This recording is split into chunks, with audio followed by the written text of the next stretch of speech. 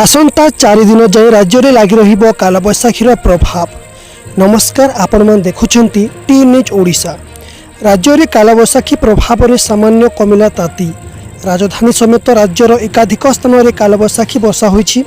मध्याह्न भयंकर ताती और गुलुगुली अपरे अपराह्न भीषण वर्षा। आसंता 4 दिन जाए राज्य में कालबैशाखी प्रभाव लगी रहिबो। विभिन्न जिला को वर्षा पवन पाई ऑरेंज एवं येलो वार्निंग जारी होईछि। अन्यपटे कालबैशाखी सत्वे राज्य में आसंता 4 दिन जाए ग्रीष्म प्रवाह जारी रहिबा नहीं आकलन करिछि पाणीपाग विभाग। आसंता 3 दिन में राज्य में आहरी 2 ରୁ 3 डिग्री वृद्धि पाइब तापमात्रा। सेपटे 6 ରୁ 8 दिन मध्य ओडिशा छुईब मौसुमी। पाणीपाग स्थिति अनुकूल होबार संभावना रही।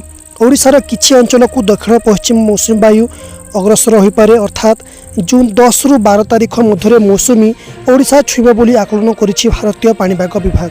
वीडियो को लाइक करेंगे, कमेंट करेंगे, अधिक शेयर करेंगे।